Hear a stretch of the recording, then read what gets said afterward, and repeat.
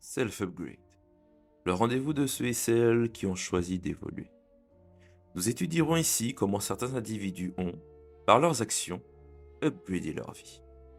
Ils ont dû agir, aller parfois dans l'inconfort ou agrandir leur zone de confort.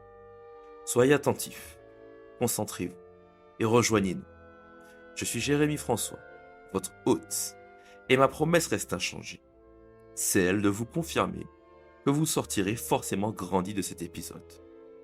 Le moment est venu et je vous souhaite à tous et à toutes un bon upgrade. Ok. Salut Marwan, Hello Jérémy. comment tu vas? Bah écoute, ça va, hein? Ça va. Moi, je suis au bord de la mer, donc ça va. C'est vrai, non franchement, chill. En plus je vois, les invités n'auront pas la chance de voir le cadre que tu me Yes. montres, mais franchement, très très cool. Derrière moi, il y a la mer, ouais. Euh, ouais. Déjà, en tout cas, super content que t'aies pris le temps pour venir sur le podcast. C'est marrant parce que on a un pote en commun que j'ai interviewé aussi, donc du coup, au moment où l'épisode sortira, tu le sauras aussi, mais c'est Romain du coup. Et Ah. je suis sûr qu'on va avoir une conversation aussi intéressante qu'on l'a eu avec Romain et les autres invités. Bah écoute, Donc, j'espère. ouais, ouais, J'espère. ouais. Écoute, déjà, pour commencer, parce que je vais mettre des guillemets, mais tu es un peu connu, famous sur LinkedIn, mais peut-être qu'il y en a d'autres qui te connaissent pas. Donc, qui est Marwan? Peut-être tu peux nous dire quel est ton parcours, qu'est-ce que tu Ouais. fais aujourd'hui, etc. quoi. Ok. Je le fais en très rapide. Et s'il faut creuser, tu me dis, hein. Et puis je m'arrête pour creuser. Mais donc, Mhm, moi, c'est Marwan Ouada. J'ai 25 ans. Je suis un jeune homme de la province qui est monté à Paris pour ses études. Là-bas, j'ai commencé à découvrir que le monde était plus vaste que ce que j'imaginais, tu vois. J'ai fait un peu d'alternance, etc., dans des grandes boîtes où on parlait en millions d'euros sur des projets, donc déjà, ça m'a ouvert l'esprit. Et puis, ça s'est un peu mal passé dans mon alternance avec mon manager. Du coup, je me suis dit que c'était pas possible de travailler comme ça toute ma vie. Et c'est comme ça que j'ai commencé un peu, tu vois, à mettre le nez dans l'écosystème startup, entreprendre. J'ai lancé un petit projet qui a un peu vivoté, mais c'était pour m'entraîner, on va dire, maintenant avec du recul. Ça a fait que j'ai été spoté par Lemlist, qui était une belle boîte, qui l'est toujours d'ailleurs. Mais j'y suis arrivé, donc là on est en 2020, je crois, quelque chose comme ça. mhm. Donc tu vois, à l'époque, j'arrive, je suis le 20e collaborateur. Ils font 3 millions d'ARR. Un an après, je les quitte, ils font 11 millions à peu près. Et on est 40, donc je vais un gros scale avec eux, trop stylé, la gloire, parce que c'était le moment en plus on refuse les 30 millions de levée de fonds, enfin bref, ultra cool, une expérience ultra solide qui m'a bien façonné, tu vois. Toute ma vision de plein de choses, on en a parlé vite fait en off avant de lancer le podcast, mais ça a été aussi façonné grâce à Lemlist. Donc j'étais sales là-bas, j'avais plus trop envie de faire du sales, donc j'ai quitté, je suis parti sans trop de projets, mais avec la volonté de travailler dans le recrutement, qui était un petit peu mes premiers amours. J'avais lancé mon premier projet dedans. À ce moment-là, il y a Refty, Corentin, le CEO de Refty, qui me contacte, qui me parle de son projet dans le recrutement. Ça fit, je kiffe. Une boîte hyper early, tu vois, ils sont 5, je crois. J'arrive, je suis le sixième, quelque chose comme ça. Et je me dis, vas-y, gros challenge, c'est cool. J'ai appris plein de trucs, j'ai vu une boîte exploser. Bah, j'aimerais bien maintenant arriver à la phase juste avant, tu vois, pour voir ce que c'est, comment on l'a fait exploser, etc. Et donc pendant un an, pas un an et demi, un an, quelques mois, je me souviens plus. Je travaille avec eux sur le go-to-market en tant que growth, tu vois. Mais bon, ça veut rien dire growth dans ce stade-là. En fait, je fais du sales, du market, du compte, je fais un peu de tout, tu vois, sur le go-to-market. Et on teste plein de choses, on fait plein de pivots. Franchement, pareil, j'apprends énormément avec eux. Et puis à la fin, je me dis que le projet est plus trop. C'est pas que ça m'intéresse plus trop, mais on a fait un dernier pivot qui est plus trop aligné avec ce que je voulais faire. On sort du recrutement. Et donc c'est à ce moment-là où je me dis bon allez vas-y, quitte, lance-toi. T'as vu pas mal de choses. Et puis de toute façon en vrai t'as ça dans l'âme parce qu'à côté à côté de Refty, je travaillais déjà en fait sur mes SaaS en tant que side. Et donc du coup j'ai quitté. Donc là ça a fait j'ai quitté quand? J'ai quitté en avril, je crois, quelque chose comme ça de cette année, non, en 2023. Donc ça fait plusieurs mois, ouais, tu vois, que je suis livré à moi-même et que je monte mes projets, que je suis en train de monter plusieurs SaaS. Le premier qui est Track et le deuxième qui est NCRM, mais on pourra peut-être en parler un peu plus à ce moment-là. Mais voilà, en gros, dans les grandes lignes, ma présentation. qui je suis, etc. Ok, super. Merci pour cette présentation très complète. Alors là, tu as dit des choses. Je me dois de rebondir. Mon brave Dis-moi. Marwan. Tu as dit justement que tu as monté des projets et que tu es Ouais, en train justement de monter plusieurs projets. Ma ouais. question, il y a des gens déjà qui souffrent pour faire un projet. On est d'accord. Qu'est-ce qui fait que tu te dis, moi, Marwan, je vais monter plusieurs projets? En fait, bon, déjà, il y a un truc qui est ancré en moi, je pense, c'est que j'aime bien faire des choses que je devrais pas faire, tu vois. Quand on me dit, mais c'est pas possible de monter plusieurs projets, moi, je me dis, mais non, c'est juste que toi, t'as pas réussi. Ça fait, tu vois, dit comme ça fait un peu prétentieux, mais j'aime bien faire les choses moi-même et me dire, enfin, et découvrir par moi-même si c'est possible ou pas. Donc, j'ai pas d'a priori en me disant, c'est pas possible de monter plein de projets, etc., etc., tu vois. Donc, déjà, ça, c'est cool dans ma tête, j'ai pas trop cette barrière-là. Et ensuite, ce qu'il faut savoir, c'est que c'est pour ça que je suis honoré d'avoir cette discussion avec toi, parce que c'est toi le big boss de l'exécution, et moi je suis pas très chaud en productivité. Moi j'aime bien enfin je me disperse facilement, tu vois. J'ai un peu une orga qui est bizarre, Hmm. mais quand je ressens que je suis dans une phase de flow pour faire une tâche précise, et ben je peux arrêter ce que je suis en train de faire, tu vois, et me dire bon c'était pas prévu, mais là je sens que si je me mets sur du contenu, je vais dépiler un mois de contenu en 2 heures, donc il faut que je fasse ça, tu vois. Et donc je me disperse, etc. Et je me nourris beaucoup de de, de, de choses qui sont à l'extérieur d'un projet que je suis en train de faire. Tu vois, par exemple, chez Refty, je me nourrissais beaucoup de deux, trois missions que je faisais en freelance à côté. Et donc, j'ai toujours eu ce délire de, ouais, mais si je fais plein de choses en même temps, eh ben, je vais apprendre plus et je vais pouvoir toujours trouver des passerelles entre ces projets-là. Et donc, je vais être meilleur sur chacun des projets, etc., etc., tu vois. Et donc, en fait, j'ai commencé à travailler sur Track, le premier SaaS, qui est un peu costaud. Lui, c'est un vrai SaaS. On est trois, donc deux associés tech. On va pas rentrer dans les détails, mais ça fait 1 an et demi que je travaille dessus, 1 milliard de galères. On va dire qu'en réel, ça fait plutôt 4 mois, quoi. Je suis en train de sortir des épisodes, je fais beaucoup de posts LinkedIn pour parler de tout ça en mode vraiment building public. Donc si les gens, ça les intéresse, ils pourront regarder pour comprendre comment j'ai souffert avec ce truc-là. Hmm. Mais pendant que j'étais sur ce projet-là, tu vois, j'avais toujours d'autres idées. Et, euh, et de toute façon, c'est pas à toi que je vais l'apprendre, mais tu sais, c'est impossible d'être concentré, genre, je sais pas, 7 heures sur 7 sur un seul projet. Des fois, t'as Mhm. besoin de te reposer et tout. Et bah moi, au lieu de me reposer, des fois j'ai d'autres idées et j'aime bien me mettre dessus, tu vois. Et donc c'est comme ça qu'en fait je commence à sortir un autre petit projet à côté qui est NCRM. Et puis même sur NCRM, après j'ai d'autres petites idées annexes, etc., etc. En fait, à chaque fois que je spot un pain que j'ai chez moi, je note cette idée-là. Et puis des fois je m'excite et je me dis ah vas-y, viens, je teste vite fait deux trois trucs pour voir s'il y a matière à aller plus loin. Et donc c'est pas en mode une volonté de me dire je vais sortir 3 sas, 4 sas, 2 sas ou peu importe, c'est juste ça se fait naturellement et je me bride pas, tu vois.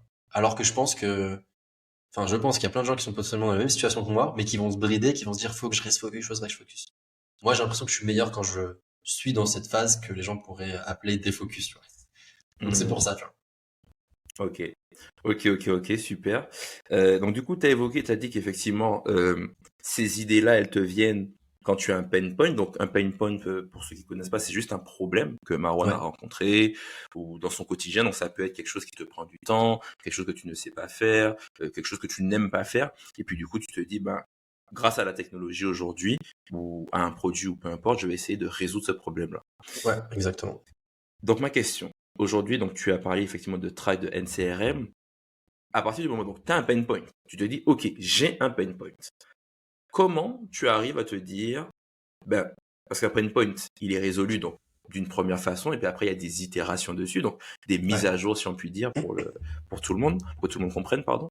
Donc, comment tu te dis, ben, écoute, sur ce projet-là, voici le MVP, donc en tout cas la première version du produit que je vais créer. Comment tu arrives à trouver la frontière entre le MVP et le produit complet?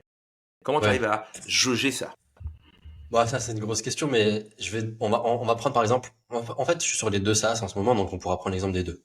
Mais Ok. par exemple, Track. Track, donc pour expliquer à tout le monde ce que c'est un outil qui va permettre aux créateurs de contenu et aux entreprises de se construire une content machine. Donc c'est-à-dire un système qui permet de créer plus de contenu, plus facilement, plus vite sur toutes les plateformes, etc., etc. Parce que tu vois, on est un peu dans une ère où le contenu c'est super important. mais c'est chronophage, ça prend du temps, il y a plein de problématiques et il y a des gens qui arrivent pas à faire un post sur LinkedIn par jour, alors que moi, tu vois, potentiellement, je suis capable d'en faire deux, et puis à côté de faire deux posts TikTok, etc., etc. Mais tout ça, c'est parce que j'ai ma content machine, etc. Donc, en fait, au tout début, ma problématique, c'était, je fais du contenu sur LinkedIn. Comment je fais pour m'organiser et pour être capable d'être régulier, etc. Tu vois. Bah, j'ai commencé à m'organiser tranquillement dans mon coin avec un petit template sur Notion. Ça, c'était quand j'étais chez Lemlist. Je faisais des posts. Je voyais que ces posts, ils me rapportaient du lead, donc je faisais mes objectifs sales grâce au contenu. Donc déjà, tu vois, je me disais, ok, le contenu c'est cool, faut en faire, mais en plus c'est un intérêt, tu vois. Parce que non plus, je vais pas aller me lancer dans des idées où ça a pas de sens, où derrière le résultat est pas il y a pas un aussi gros impact, tu vois. Là, le contenu, c'est un gros impact dans un business. Demain, tu fais pas de contenu, tu peux mourir. Demain, tu fais du contenu, tu peux exploser, tu vois. Donc j'ai ce truc-là et je me dis, ah bah c'est trop stylé en fait. Plus je fais des posts, plus je fais mes objectifs sales. Bon bah je vais faire plus de posts. Sauf que là, il va falloir que je commence à être plus organisé, à être plus carré, etc. Tu vois. Et donc, je suis jamais dans une logique de je vais construire un produit ou quoi que ce soit. Je suis plus dans une logique de ok, comment je peux faire pour répondre à mon besoin, tu vois. Là je galère, je dois faire deux posts LinkedIn par jour, donc je dois être plus organisé, je dois être carré, je dois prévoir des trucs. Enfin, il y a plein de micro-tâches en fait dans, dans ma journée de créateur de contenu que je vais lister et qui me font perdre du temps, tu vois. Parce que je vais commencer à me dire, faut que j'optimise tout ça. Donc je liste toutes ces micro-tâches et tout, et puis je me dis, bon bah, comment je fais pour améliorer, enfin pour killer toutes ces micro-tâches et gagner du temps. Premier truc débile, hein, mais moi je regarde s'il n'y a pas des outils qui existent en fait. Je vais chercher une solution à mon problème, tu vois, je regarde, je fais des recherches et tout, potentiellement je teste des outils et ensuite j'avise. Je me dis, ok, bah je prends cet outil, il répond parfaitement à mon besoin, c'est nickel et je suis content. Ou alors il répond parfaitement à mon besoin, mais c'est trop cher. Bref, tu vois, il y a plein de choses. Mais je vais toujours chercher une solution qui existe déjà potentiellement. Si la solution elle n'existe pas, bah là je me dis comment est-ce que moi je ferais pour la résoudre, tu vois. Et donc, je suis vraiment juste dans une optique de, j'ai le problème, j'ai listé un peu en mode tous les sous-problèmes, les micro pains qui font que j'ai ce problème général dans la création de contenu. Et ensuite, j'essaie de les résoudre, tu vois. Et je fais tout ça. Moi, je suis pas tech, donc je vais pas commencer à coder. J'aime pas trop commencer à faire des automatisations alors que j'ai pas validé mes trucs et tout. Donc, j'essaie juste d'aller le plus à l'essentiel possible en oubliant tout ce que je sais sur l'automatisation et en oubliant tout ce que je sais sur le code. Et de toute façon, c'est tant mieux, je sais rien, je suis pas codé, tu vois. Et donc, en fait, je suis juste dans une logique, je suis dans des phases où je me dis, OK, j'ai tous ces problèmes-là. Il y a personne qui les résout sur le marché, ou alors ça les résout, mais je peux pas me permettre de payer tant, ou ça le fait pas bien, etc. Comment moi, ce que je pourrais faire pour les résoudre? Il y a un outil que, si j'avais une petite lampe et que je pouvais demander un souhait, un vœu, j'aurais demandé à être le fondeur de Notion, tu vois. Cet outil, il est incroyable. Et donc moi, j'aime beaucoup utiliser Notion et j'arrive à faire pas mal de choses dedans. Et donc souvent, j'arrive à presque faire mes MVP dans Notion. Et donc là, en l'occurrence, pour Track, c'était parfait. Donc je commence à créer tout mon petit système dans Notion et puis je le travaille et j'améliore tout ça et plein de trucs et plein de choses. Et puis quand je vois que ça s'améliore, bah là, je commence à me dire, ok, je peux peut-être mettre un peu d'automatisation parce que maintenant, je sais que ce que j'ai produit, ça a un intérêt, ça a un impact. J'ai un peu validé, tu vois, ce que je suis en train de faire. Et puis en fait, je construis même pas un produit, mais je construis une solution qui répond à mon problème. C'est tout, tu vois. Je fais que ça, toujours. Toutes mes idées, NCRM, ça a été le même process. J'avais besoin d'un outil pour gérer tous mes contacts quand j'étais chez Refty, parce que je faisais de la partie marketing. Donc, on invitait des gens à des podcasts, on invitait des gens à des événements, on faisait des interviews pour TikTok. Donc, je devais avoir un endroit où je centralisais tous ces gens-là. Et moi, je suis un sales, donc j'avais une logique de pipe, tu vois. On a contacté, on est en train de tourner la vidéo, on est en train de faire ci, etc., etc. On a gagné on a win, entre guillemets, parce qu'elle a dit oui, enfin bref. Et donc, bah, tu vois, j'ai cherché des solutions sur le marché, j'ai trouvé plein de petits outils comme, par exemple, Folk et autres. Mais ça répondait pas à mes attentes, euh, ou en l'occurrence, Folk, je m'étais juste dit, bah, c'est un copier de Notion en dehors de Notion, donc je peux le refaire. Et donc, tu vois, j'ai refait l'outil que je voulais pour moi, tu vois. Et donc, NCRM comme track, ça a été ça à la base. Ça a été, j'ai un pain. C'est quoi mon pain? Je détaille tout ce qui compose ce grand problème-là. Ensuite, je regarde sur le marché s'il n'y a pas déjà quelqu'un qui peut le résoudre.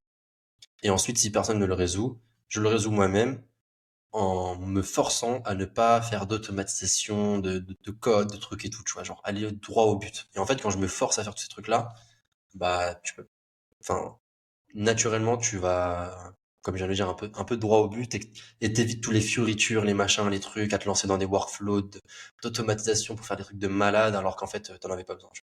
Et c'est après ça, après que j'ai ce MVP de MVP, quoi, que je commence à me dire, ok, je peux peut-être un peu l'améliorer. Là, je peux mettre un peu d'automatisation. Là, je peux faire ci, là, je peux faire ça. Et je continue. Et en fait, sans trop m'en rendre compte, je construis comme ça, tu vois, des produits. Mais je le fais que pour moi à la base. C'est que des trucs qui résolvent mes pains. Je fais pas de produits qui vont pas résoudre un problème que j'ai. Je me lance jamais dans une idée que j'ai pas expérimenté moi-même, tu vois. Enfin, dans une idée qui répond pas à un problème que j'ai expérimenté moi-même. C'est ça que je voulais dire. Ok, ouais, c'est vrai que déjà Je merci sais pour pas la si c'est réponse. clair. Non, non, c'est ultra complet. Et c'est vrai que c'est toujours beaucoup plus simple de résoudre un pain point que tu as parce que comprendre ce que tes utilisateurs ils ont dans la tête, c'est très difficile. On en parlait Ouais, tout à l'heure en off. Et donc du coup, en fait, si tu es toi-même ton propre utilisateur, c'est quand même bon, tu gagnes quand même un peu de temps. C'est-à-dire que sur l'aspect product et choix des fonctionnalités, etc., tu gagnes quand même un peu de temps. Ok sur ça, donc si on comprend bien, tu fais avec les outils que tu trouves. ouais, Peut-être que tu donc bon, je sais pas si Notion on peut dire que c'est du no-code, mais en tout cas tu fais ouais, je sais pas avec si ce on que peut tu as dire. au début. Ouais, tu penses que tu fais avec ce que tu as Mais au début. Dis-moi. tu vois, c'est intéressant. Par exemple, je fais avec les outils que je trouve. Je pense que je pourrais corriger cette phrase. Je fais plus avec les outils que je maîtrise. Parce qu'en fait, rien ne Hmm, m'empêche de faire la même chose dans Airtable, tu vois. hmm, Mais vas-y, flemme, je maîtrise hmm. pas. Même si Airtable, il va me permettre de faire des trucs un peu plus stylés, je sais pas. Moi, je suis pas expert Airtable, alors je me prends pas Ouais, la tête et je vais là où je maîtrise le truc, tu vois. Notion, ouais. je passe ma journée dedans, j'ai une bonne logique du truc et tout. En vrai, ça me permet de résoudre plein de problématiques. Je master le truc, et ben let's go, je vais dans Notion. Hmm, Et je me prends pas la tête à me dire, ah, mais j'aimerais bien faire un outil faire résoudre mon problème de cette manière-là. J'ai vu qu'il y avait des outils no code, machin. Non, non, moi je vais que là où je suis bon et je perds pas de temps. C'est un peu comme je sais pas si tout le monde va le connaître, mais Peter Level là, le solopreneur un peu famous. Bah tu vois, d'un point de vue tech, il y a plein de gens qui se foutent de sa gueule parce que je crois qu'il est en PHP ou je sais pas quoi. Mais c'est juste, il est trop fort dans ce domaine-là et il kiffe la stack et il fait avec ce qu'il maîtrise et il se prend pas la tête. Tu vois. Et moi, c'est un peu la hmm. même chose. Je vais pas aller m'amuser à essayer de trouver un outil ou une solution qui va pouvoir permettre de résoudre, de construire ce que j'ai envie de faire. Je me dis, je maîtrise Notion, j'essaye de le faire dedans, tu vois, ou alors d'autres outils, peu importe. Mais là, en l'occurrence, les deux MVP ont été construits sur Notion pour ces deux projets-là. Et même un autre petit projet qui est en réflexion, tu vois, je sais que je peux faire le MVP dans Notion. Donc, je vais là où j'ai l'expertise pour pas perdre de temps et vraiment être efficace, tu vois. Je pense que ça, Ok. c'est ultra important. Il y a plein de gens qui pensent toujours que tu vois la stack, l'outil ou je sais pas quoi, ça fait la solution derrière. Mais en vrai, non, ça fait juste perdre du temps si tu maîtrises pas ou c'est juste un chemin pour aller vers le résultat et c'est mieux que tu prennes un chemin que tu connais plutôt que un chemin tout escarpé où tu vas devoir apprendre et tout. Hein, tu vois. Ça, c'était une petite précision que je voulais apporter. Ouais, non, en tout cas, merci. Et en plus, ce que tu dis, tu sais, c'est tellement vrai parce que je vais te dire un truc. Dans l'univers du code, il y a tellement des nouveaux langages qui sortent, des nouveaux Ouais, frameworks, des ceci, cela. Tu as toujours une partie des devs, pas tous, mais tu as toujours une partie des devs qui se disent, tu vois, il y a un peu un FOMO en se disant, ah ouais, il y ouais, a un de nouveau framework, qu'est-ce qu'on fait les gars? Et c'est vrai que Peter Level, tu vois, t'en parlais, on en a parlé avec Julien dans l'épisode aussi avec Julien. Euh, c'est qu'en fait, tu vois, lui, il a un seul gros fichier, il a toutes ses lignes de code dans le même fichier, et effectivement, à maintenir, si vous êtes plusieurs, ça peut être compliqué. Mais là, en ouais, fait, il s'adapte à son besoin, il sait qu'il est le seul dev, il sait que c'est lui qui va dev, donc en fait, il c'est fait ce qui va ça. le plus vite. Et c'est vrai que ce que tu dis, c'est ultra pertinent, c'est-à-dire que aujourd'hui, plusieurs chemins mènent à Rome. Tu maîtrises un outil, tu maîtrises une stack, prends ce que tu maîtrises, te pète pas la tête, va faire ton Ouais, tool. ouais, de ouf. Tu vois, c'est un MVP. Après, tu verras s'il y a de la croissance, de l'attraction, etc. Là, C'est tu ça. scaleras ou tu iras voir, tu iras passer sur une autre stack, quoi. Mais effectivement, ça aussi, c'est un truc derrière lesquels, moi, je connais beaucoup de devs qui sont ultra bons techniquement. C'est même des mecs qui m'ont appris à coder il y a quelques années. Pourtant, tu vas les mettre devant le fait accompli, ben ok, vas-y, fais un SaaS, et le mec va se dire, il va commencer à réfléchir à plein de trucs, parce que comme il C'est sait, ça. et je pense qu'aussi il y a un truc que peut-être implicitement implicitement tu le sais, c'est qu'en fait, comme tu as aussi pas conscience de toutes les contraintes techniques qui existent ou autres, bah en fait, tu fais que ce que tu as et puis tu t'en fous si c'est pas sécurisé dès le début, etc. Alors qu'un tech, comme Ouais, c'est un travail, tu vois, c'est un travail ça, je d'ingé, sais, il ça. va se dire, ah ouais, mais attends, là, la fonction, et puis attends, est-ce que tu as écrit les tests, et puis ceci, puis ça. Et puis en fait, mon Mm. gars, en fait, le but c'est de vendre, tu vois.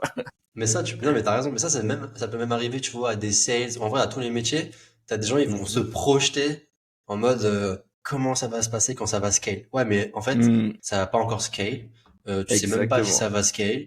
Tu sais rien du tout. Et en fait, le seul problème que tu dois résoudre, c'est le problème d'aujourd'hui. C'est pas le problème de demain. Tu vois. Et c'est même pareil en Exactement. off. Je te le disais, tu vois, des fois, comme les gens vont rigoler, mais des fois dans ma to-do list, je me dis toujours, vu que j'arrive pas à être ultra productif, je me dis juste c'est quoi le plus gros problème de ma to-do, le truc Mhm. qui va me tuer si je le fais pas maintenant. Et ça fait que des fois, genre même l'URSSAF, bah, ce que je te disais, tu vois, je le déclare pas. Je me dis c'est pas mon problème, tu vois. Ils me relanceront, je m'en fous, on verra plus tard. Là, mon problème, c'est faut que je fasse ça, tu vois. Et donc ça c'est trop important. Ah. Faut pas aller. Bah, c'est un mauvais exemple. Déclarer l'URSSAF en temps et en heure. Mais en fait, c'est un peu extrême, mais c'est pour expliquer aux gens que le seul problème qu'il faut résoudre, c'est le problème d'aujourd'hui. Enfin, c'est même pas le problème d'aujourd'hui, c'est le problème genre de tout de suite maintenant. Tu vois. Ça se trouve dans 2 heures, il y aura un autre Exactement. problème et tu le résous, faudra le résoudre à ce moment-là. Mais là, ton Exactement. problème, c'est t'as une idée, il faut que tu construises un truc vite fait, et bah fais-le, tu vois. Et arrête de te dire oui, mais le scale, la sécurité, les trucs, on s'en fout, tu vois. Genre vraiment, c'est des Mhm. faux problèmes. Non mais de fou. Et en plus, notre cerveau est très fort pour trouver des excuses, hein. C'est-à-dire Ah ouais, que c'est le meilleur. tu dois être très créatif pour trouver des excuses juste pour pas passer à l'action ou mettre les mains dans le C'est cambouis. Donc, vrai. Pour te clairement, décourager. clairement. Donc non, il faut pas Exactement. réfléchir. Faut presque être bête, tu vois. D'un point de vue extérieur, c'est juste, ah, il y a un problème, bon, bah, je vais aller le construire de cette manière-là, tu vois. Et Exactement. je sais pas, je veux pas me prendre la tête, tu sais, il y a des Non mais c'est vidéos, réel. bon, pareil, un peu mauvais exemple et tout, mais, parce il y a débat sur est-ce que c'est vrai ou pas. Mais t'as des gars sur YouTube, ils fabriquent des piscines avec juste du bambou, tu vois. Ils creusent des trous dans Mhm. la terre. Ils sont pas dit, je vais aller me fabriquer une pelleteuse pour ensuite faire un trou parce que ça va aller plus vite. Non, ils ont fait un trou et puis c'est tout. Et ensuite, ils Mhm. verront comment ils se débrouillent, tu vois. Et là, c'est la même. Exactement. C'est fait avec les outils que tu as.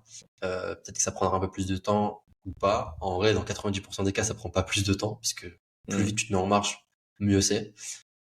Et c'est tout, tu vois. Ouais, bien sûr. Et puis, il y a même, au-delà de l'aspect aussi technique, parce que tu maîtrises, donc tu vas aller plus vite, ton Hmm. but aussi, c'est d'aller très vite mettre en production, mettre en live pour avoir des premiers Ouais, retours, tu vois. Ne serait-ce que ben, pour toi, parce que tu vas l'utiliser au début, mais plus c'est tu ça. vas vite, plus tu as des feedbacks et plus en fait tu vas prendre les bonnes décisions. Donc en fait, tous les 4 ou 6 mois que tu vas prendre à construire dans ton coin, peut-être que tu vas te dire, bah, au final, je prends un mois pour shipper un truc et puis je prends 5 mois d'itération pour aller vraiment comprendre C'est ça. qu'est-ce qui marche pas et faire un produit. Puisque à 6 mois, du moins, quand si tu prends les deux timelines, si tu prends 6 mois pour faire un truc dans ton coin et le shipper à 6 mois, et quand tu prends un mois à shipper et du coup 5 mois de feedback, au final, ton produit à 6 mois, il est beaucoup plus proche de la réalité et de ce que veulent les Ouais, de utilisateurs ouf. que le projet à 6 mois que tu as confié dans ton coin, quoi. De ouf, de ouf. T'as plus de learning, enfin, bref, Exactement.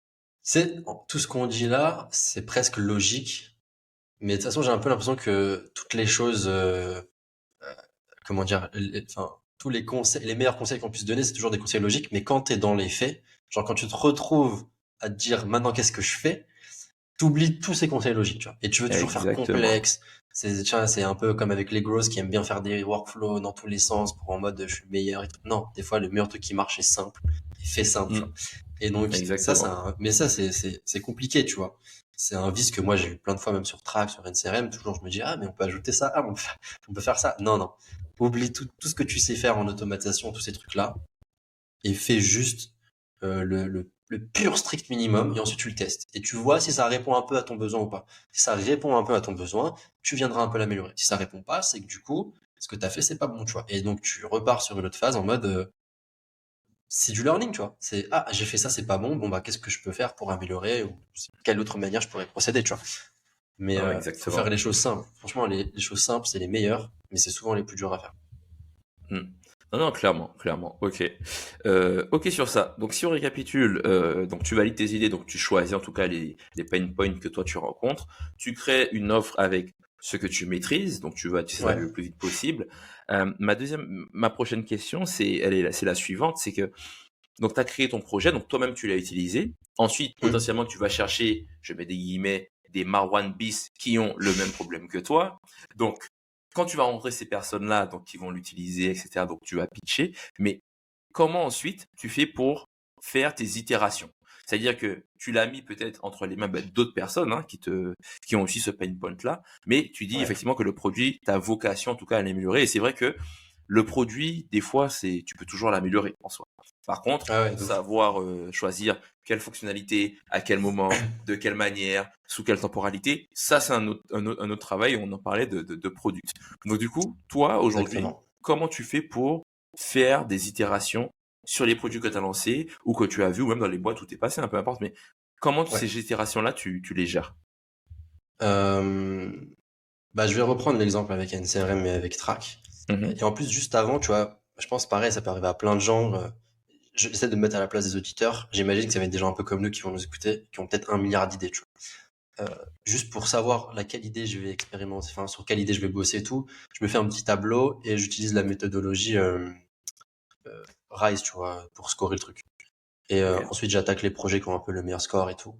Et j'ajoute aussi une petite variable un peu genre le fit, tu vois. Parce que des fois, j'ai des idées, mais bon, c'est pas non plus le truc qui me fait le plus triper. Alors que parfois, il y a des idées qui sont peut-être moins bien scorées, mais qui me font ultra triper. Donc, j'ajoute la variable un peu kiff. C'est comme ça que je choisis le projet que je vais tacler. Euh, une fois que j'ai ça, bah, comme on a dit, je fais le MVP. Un cas un peu particulier avec moi, c'est que j'ai un unfair advantage. Je fais beaucoup de contenu sur LinkedIn et donc du coup j'ai un peu une audience. Et donc tu vois, quand justement je veux itérer sur des choses ou pas, bah, c'est beaucoup plus simple. En fait, j'ai deux unfair advantage, mais le premier, il n'est pas voulu, mais d'ailleurs je le découvre en t'en parlant.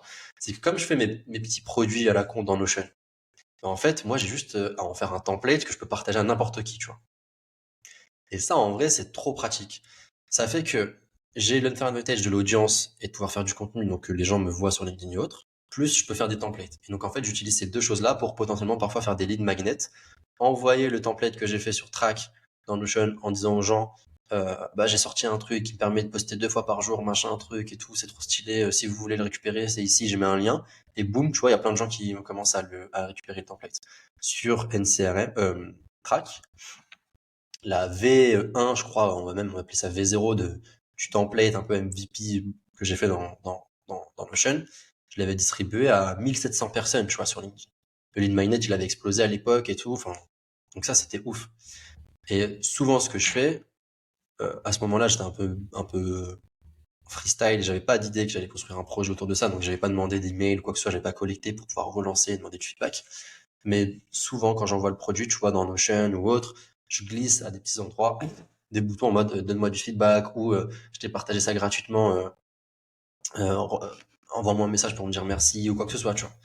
Et du coup, après, de fil en aiguille, bah moi, je parle un peu avec les gens qui ont téléchargé le template, je leur dis alors, t'en penses quoi, c'est bien, pas bien. Et puis, tu vois, je récupère du feedback comme ça, de manière un peu déstructurée, mais je récupère, pardon, quand même du feedback. Je récupère du feedback déjà que bah, il y a 1700 personnes qui veulent mon template, donc c'est une bonne preuve de traction, tu vois. En tout cas, il y a un truc. À ce moment-là, je sais pas si je peux faire payer ou pas, mais en tout cas, il y a des gens qui s'intéressent qui ont le même problème que moi. Et ensuite, je récupère du feedback sur comment est-ce que c'est structuré dans l'outil, enfin, comment est-ce que j'ai structuré le template. Est-ce que ça répond à un problème ou pas, en envoyant des messages aux gens, tu vois. Et donc, ce template, après, il a pas mal évolué aussi. Il a été, je crois qu'il est toujours d'ailleurs dans le guide ultime LinkedIn, je sais plus trop quoi, là, de Thibault Louis et Maud, tu vois. Je crois que Thibault Louis, il l'utilisait aussi à un moment. Donc, je récupère du feedback en échangeant avec les gens. Je vais voir toutes les personnes aussi, là, en l'occurrence, créateurs de contenu, que j'ai dans mon réseau. Comme je suis un créateur de contenu, bah, tu vois, j'ai plein aussi d'influenceurs et autres dans mon réseau. Donc, je leur envoie le template, je leur pose des questions, etc., etc. Et je récupère tous ces feedbacks-là que j'essaie de structurer dans, pareil, un petit tableau et tout. Franchement, pas de méthodologie farfelue, hein, tu vois. Je regroupe tous les feedbacks que j'ai en grandes idées. Et ensuite, j'ai l'avantage. Donc, on pourrait dire que c'est un autre troisième unfair advantage. Il n'est pas vraiment unfair parce que c'est moi qui décide de le faire, mais je travaille sur des pains que je maîtrise. Et donc, tu vois, on peut partir du principe que je suis expert en contenu. Et donc, tous les feedbacks que je récupère, je sais pas comment expliquer ça, mais je suis en capacité de savoir s'ils sont pertinents ou pas. Alors, en gros, je m'explique, mais Par exemple, moi, le MVP que je partage, je vais leur expliquer l'output que vous allez avoir en utilisant mon MVP, mon SaaS. On peut mettre ce qu'on veut devant, mais ça va être, vous allez pouvoir poster partout facilement, etc. Et donc quand je récupère du feedback, je sais il y a des fonctionnalités, en vrai de vrai, elles vont pas aider l'user à poster, ça va pas améliorer mon outil dans le sens où ça va pas aider mon utilisateur à atteindre l'output final qui est poster, être plus présent sur les plateformes, à faire plus de content, etc. Donc je pense que c'est trop intéressant la discussion qu'on a parce que ça me permet de réfléchir pas mal aussi sur comment je me structure, mais sans le vouloir, à chaque fois que j'ai un produit, je l'adosse un peu à un output, à une North Star Value. Enfin, l'output devient une North Star Value, tu vois. Je me dis, ok, cet outil, il doit servir à créer X contenu par semaine. Enfin, en tout cas, ça doit faciliter la création de contenu. Je demande du feedback. Et sur chaque feedback, c'est est-ce que si j'ajoute cette fonctionnalité-là, ça va vraiment aider mon utilisateur, tu vois. Est-ce que si je fais ça, ça va vraiment l'aider, oui ou non? Et en fait, en me posant ces questions-là, plus avec l'expérience que j'ai, puisque je travaille sur des problèmes je connais, que j'ai résolu, ouais, moi-même, et ben j'arrive à prioriser, tu vois, les feedbacks. Et ensuite, je fais une petite V2. Gros avantage, encore une fois, c'est sous Notion, donc je la repartage, etc., etc. Je crois qu'en total, il y avait peut-être 3000 personnes qui ont dû avoir accès à ce MVP sous Notion, parce qu'après, il a été partagé dans les newsletters d'influenceurs, j'ai refait du contenu dessus, etc., etc. Et donc, c'est une boucle comme ça. Si un product qui nous écoute, il va se dire, la méthodologie, elle est what the fuck, c'est n'importe quoi. Mais tu vois, encore une fois, je fais simple, je vais à l'essentiel, je veux pas perdre de temps. Je veux juste du feedback de mes users et savoir si ce feedback-là, il les aide vraiment à aller là où je veux les emmener, tu vois. Parce que parfois, tu as des utilisateurs qui pensent que la fonctionnalité dont ils ont besoin, elle va les aider, mais en fait, elle les aide pas, tu vois. Et ça, je le sais parce que je suis un expert du problème que je résous. Donc, c'est un peu, du coup, dans mon cas, c'est un peu particulier. J'ai cet avantage d'avoir une audience, donc je peux avoir du feedback ultra vite, ultra rapidement. Je fais mes MVP en rapide sur Notion, donc je peux les partager avec la fonctionnalité duplicate, tu vois, de Notion. Donc j'ai même pas besoin de me dire, je vais chasser, je vais aller chercher des bêta-testeurs, faire des calls avec eux. Moi, j'envoie le truc et puis je regarde ce qui se passe. Ensuite, j'ai l'expertise parce que je travaille sur un projet sur un domaine que je connais, tu vois, que je maîtrise parfaitement. Tout ça, ça fait que cette boucle-là, un peu de MVP, itération, je reviens, j'améliore le MVP, je réitère, etc., ça va super vite. Ça va super vite, ça me prend pas trop de temps et c'est pas la phase la plus complexe pour moi, tu vois. Sur NCRM, ça a été la même chose. Je suis un ancien sales, j'ai utilisé HubSpot dans ma vie, Pipedrive, Salesforce. Donc je sais ce dont j'ai besoin. J'ai travaillé chez Lemlist en outbound. Donc tu sais, on faisait tous les workflows, les trucs, les machins. Bref, j'ai l'expertise. Donc je vois un peu comment je dois structurer un CRM et à quel point il doit m'aider et c'est quoi les key futures, tu vois. Et bah, du coup, je dev le truc sur Notion. Je dev le truc, je build le truc sur Notion. Et ensuite, je bidouille une petite extension avec ce que j'ai. Et pareil, tu vois, je suis pas tech, donc je vais pas coder une extension. J'ai pris Save to Notion. Je faisais tout à la mano. C'est pas grave. Au moins, j'avais le flow. Je voyais que le flow était bon, ça résolvait le pain. Ok, bah, après, on a dev une extension. Tu vois. Et je fais que ça. Et j'itère avec des gens que je connais. Sur le CRM, on n'a pas trop itéré parce qu'en plus on était sur un produit qui est vachement connu. Je maîtrisais la chose. Je l'ai partagé à deux trois personnes. Ils m'ont dit let's go. Voilà, tu vois. NCRM en plus c'est plus du micro SaaS, donc on n'avait pas grand chose à faire. Mais, euh, mais comme c'est comme ça que je fonctionne. C'est toujours, franchement là, ouais, tous les projets que j'ai en tête, je pense que je peux tout faire en MVP presque dans Notion. Donc je fais tout dans Notion, je partage avec mon audience, etc. Ok, ok, ok, ok. Il y a un point que tu as abordé, et ça c'est intéressant parce que j'ai vu les deux cas. Dans mon entourage, j'ai les deux cas. Je t'explique. Tu dis qu'effectivement, tu as un unfair advantage qui est l'audience. C'est-à-dire que quand Marwan il fait un truc, il sait qu'il a, en tout cas, de la distribution, si on peut dire. C'est-à-dire tu C'est ça. as un gros canal de distribution. J'ai vu aussi des gens, et tu verras, il y a des podcasts sur ça. Il y a un mec, personne ne le connaît, quasiment. Le mec, il est tout dans son coin. Il fait un produit que personne connaît et il fait aussi du cash. Ma question, imaginons que tu remontes, allez, 5 ans en arrière. Ouais. Est-ce que tu repartirais à 100% en te disant, je développe une audience parce que je sais que ça va me servir sous peu, Ou bien tu te dirais peut-être, bah, je focus peut-être sur développer des hard skills au niveau des compétences ou peut-être de la tech, etc. Parce que je pourrais build mes projets, en tout cas, un peu plus loin que ce que je fais aujourd'hui.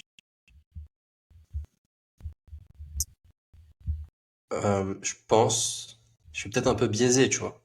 Hmm. Mais je pense que si j'avais à choisir entre avoir des gens qui m'écoutent et avoir des compétences, je choisirais avoir des gens qui m'écoutent, tu vois. Ok.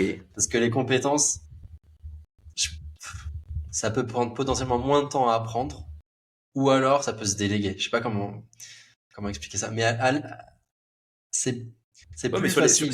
sur les gens qui t'écoutent, tu as aussi peut-être des influenceurs que tu peux payer ou que tu peux faire des partenariats avec eux. Ouais, pour avoir l'audience, tu veux dire? Mhm. Ouais, mais donc en fait, justement, tu vois, c'est plus facile, en tout cas pour moi, d'aller chercher la compétence, donc Ok. d'aller convaincre un dev de me rejoindre, etc., que d'aller convaincre un influenceur en lui disant, vas-y, parle de moi, tu vois, ou Ouais. fais un peu sur moi. Genre, tu vois, il va me dire, mais t'es qui? T'es un random, je sais pas qui t'es, vas-y. Ouais. Ou alors, il va me dire, paye-moi. Ça prend plus de temps à construire son audience, etc. Donc enfin, franchement, je capitaliserai à fond sur le contenu. Et je pense que j'ai de la chance, je l'ai un peu bien fait, mais je l'ai pas aussi bien fait que j'aurais aimé. Tu vois, si j'étais revenu en arrière, j'aurais fait encore mieux. J'aurais lancé ma newsletter plus tôt pour catcher les emails.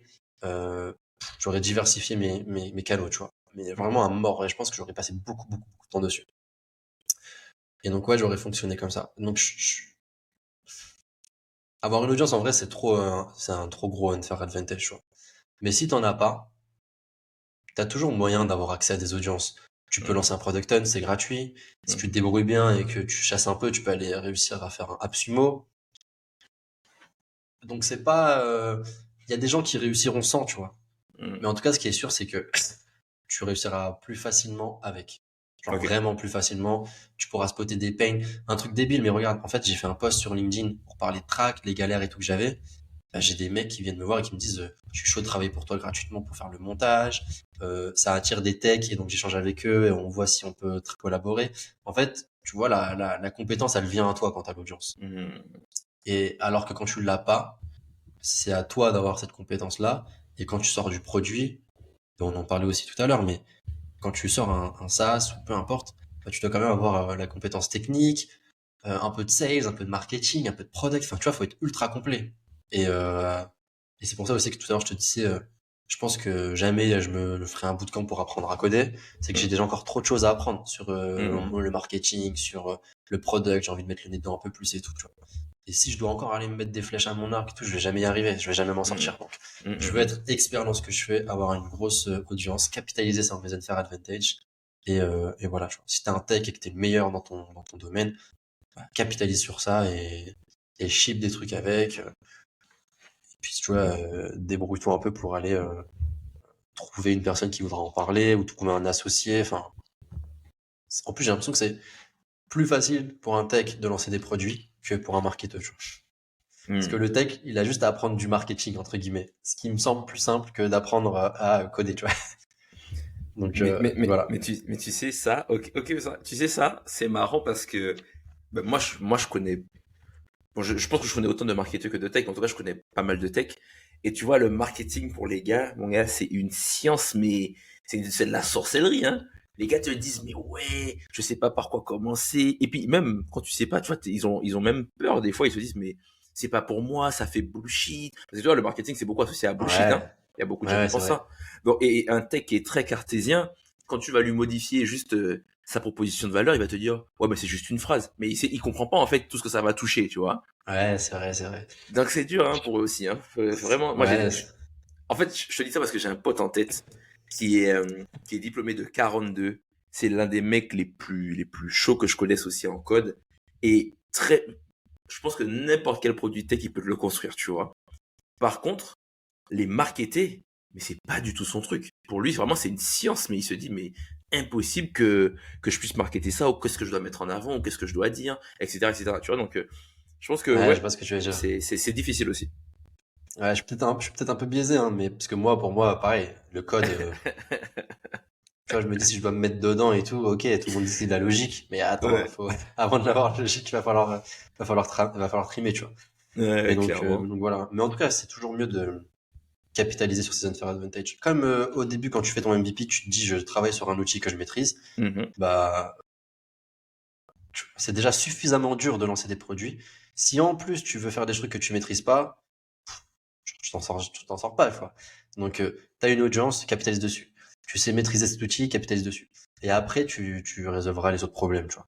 Fais tes trucs, et puis si tu vois que ça marche pas parce que tu t'es pas assez bon en marketing, tu trouveras une solution. Peut-être que tu as de l'argent et tu pourras faire un peu de pub, que tu prendras une agence, peut-être que tu pourras trouver un tech, un associé en marketing, en sales et autres. Tu vois, juste au début, fais les choses bêtement en mode je sais faire ça, ok, je construis ce que je dois construire et puis on verra ensuite. Ok. Très Après, bien je sur fonctionne comme ça. ça. Ok. Donc t'as dit encore un mot qui m'a... Je retiens bien certains mots. T'as dit NCRM, c'est un micro SaaS.